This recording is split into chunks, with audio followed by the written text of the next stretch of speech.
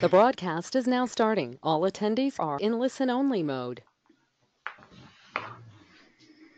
Hi, good afternoon. This is Marcy Clapp with Gemalto, the Sentinel Solutions for Software Monetization Division. Please accept my apologies, our apologies for the late start. We had a little technical glitch, but we've gotten that under control now.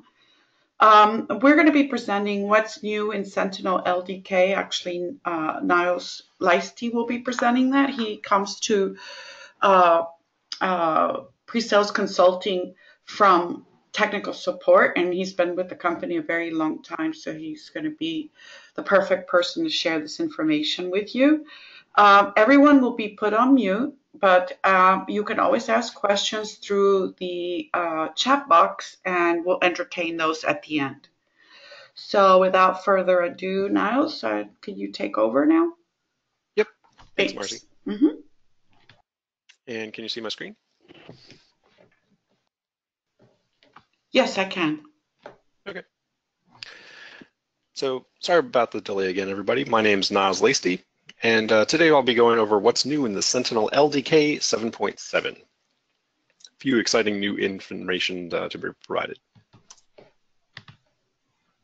So the first main point is the channel partner support is now going to be included in the LDK EMS. Basically what the use case behind that was is that vendors typically would sell through channel partners or resellers, and they would want those resellers to be able to access the entitlements that were created in EMS and then provide those entitlements then to end customers.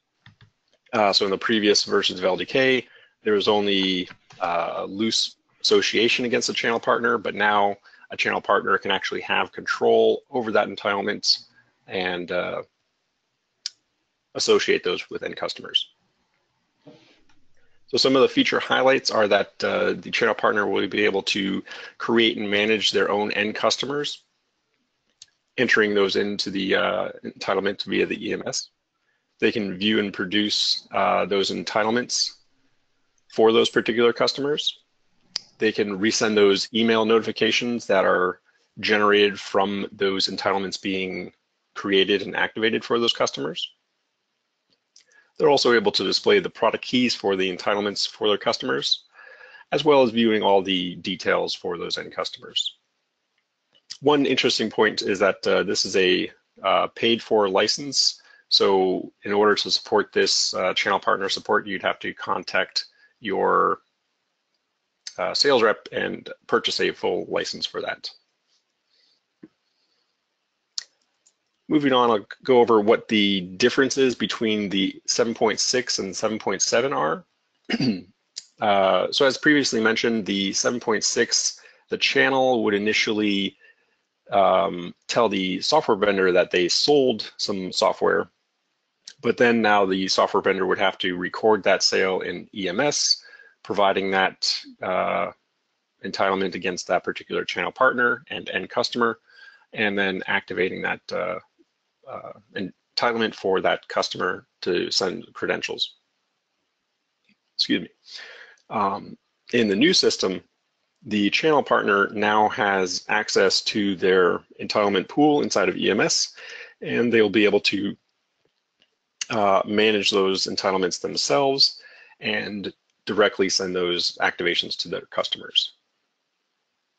So it's a very significant change on how it's done for the channel partners.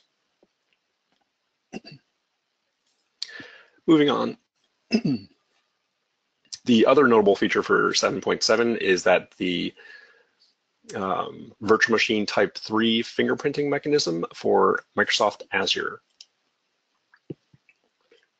What that enables is that software vendors want to protect their software license key protected software inside of a Microsoft Azure environment.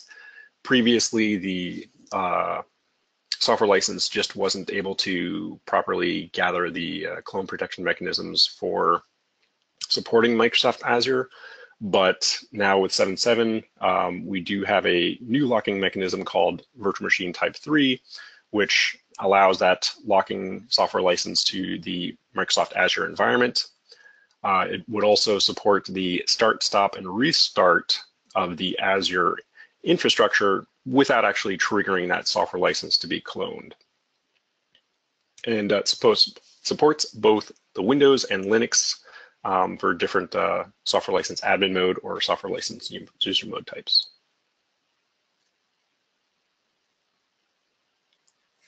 Those are the main two features of the 7.7, and let me just go over what would occur for installing or upgrading to that 7.7. So when you first want to upgrade to 7.7, if you have 7.6 installed, that 7.7 update is provided via the Common Software Manager, which is the update utility built into the LDK. Simply click on it next to your clock icon, and you'd be able to download the update patch for that. If you do have any language packs, you'd want to apply the 7.6 language pack before you apply the 7.7 update, just so to make sure it doesn't break anything. And for any new installation that you didn't have version 7.6 yet, you would have to install 7.6, and then you would have the option to upgrade to 7.7. There's not a 7.5 to 7.7 upgrade without going through 7.6. So that LDK 7.7 update consists of an update to the Sentinel EMS, upgrading it from 7.6 to 7.7, an upgrade in the license generation API from 7.60 to 7.61, as well as an updated driver for the Windows and Linux platforms to the 7.61 version as well. And the following documentation is updated as well for the release notes. It's not the latest version for the 7.7, but it's still there. And the EMS online help and user guide are updated, as well as the software protection licensing guide to reflect the channel partner portal as well as the Azure fingerprinting mechanism. And that was about all I had for today. Any questions? Okay, that was quick.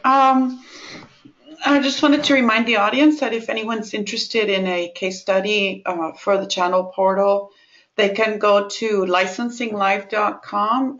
For this year's event, we have a presentation from Sharp that talks about the value that they have been able to achieve using the portal for license activations and channel sales revenue recognition. So I think that's a good place. But most of the questions that we got were in regards to how we upgrade from, the actual version that people have to the new version. So you explained that. And then we have a couple of questions in regards to VM type 3 for software in Azure environment instead of using FQDN mode. Is there a way to identify Azure in the footprint? Yeah, so that Azure is detected in the virtual machine type 3 mechanism. Not exactly sure offhand what it detects within the Azure environment, but it is able to protect against clone protection mechanisms. It will be able to be clone detected if there is changes in that Azure environment, other than the start, stop, and restart. Okay. There's a follow-up question on that. Please put it into the question box or just send me an email and I'll follow up with notes on that. Here's another one. Does the RMS license cover the LDK too? The RMS licenses are different enforcement technology, separate from the LDK enforcement technology. At that point, it would probably be a question better for a sales rep to answer, but if you're purchasing already the software licenses for LDK or hardware keys for LDK, you would already have the licenses to work with LDK. Okay, so that's the RMS. It's not a capability issue, is what you're saying. Correct. Okay. Here's a question. So I can use VM Type 3 for software in Azure, for soft key, in Azure environment instead of using the FQDN mode. Is there a way to identify? Did I just read that? I did, didn't I? Yeah, I think that was the Apologies. same question. No problem. It looked different. Okay, so I think that's all the questions. There's another one that's come in regards to how you can evaluate the portal, the channel portal. Okay, so right now since the channel partner portal functionality is a paid license, there's two ways of evaluating that. One is going to be using the demo MA batch code.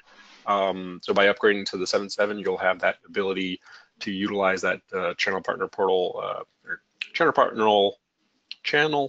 functionality in EMS with a demo MA batch code.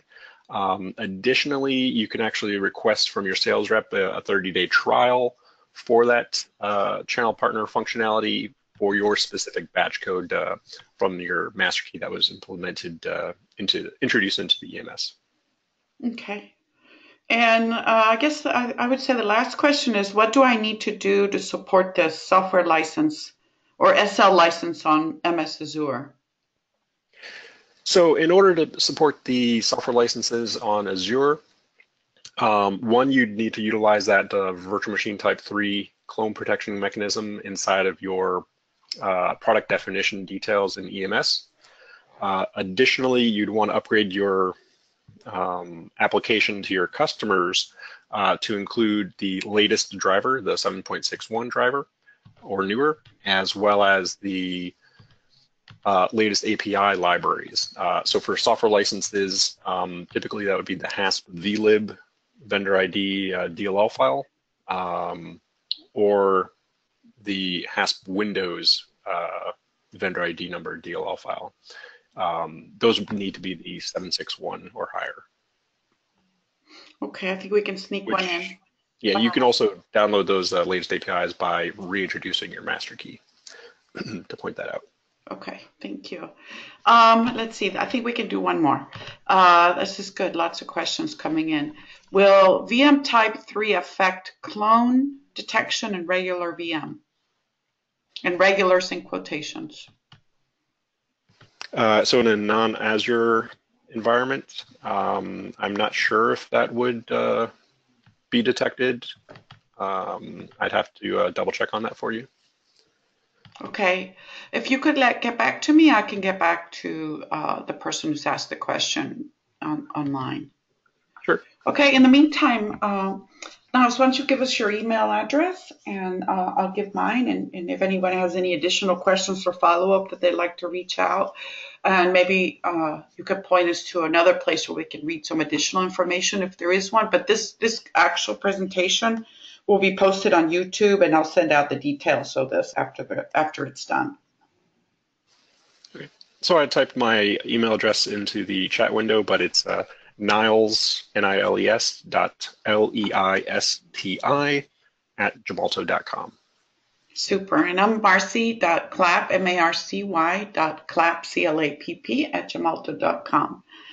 And I want to thank everyone for joining us. And also thank you very much for giving us this presentation. And I hope everyone has a great weekend. Thank you. Thank you.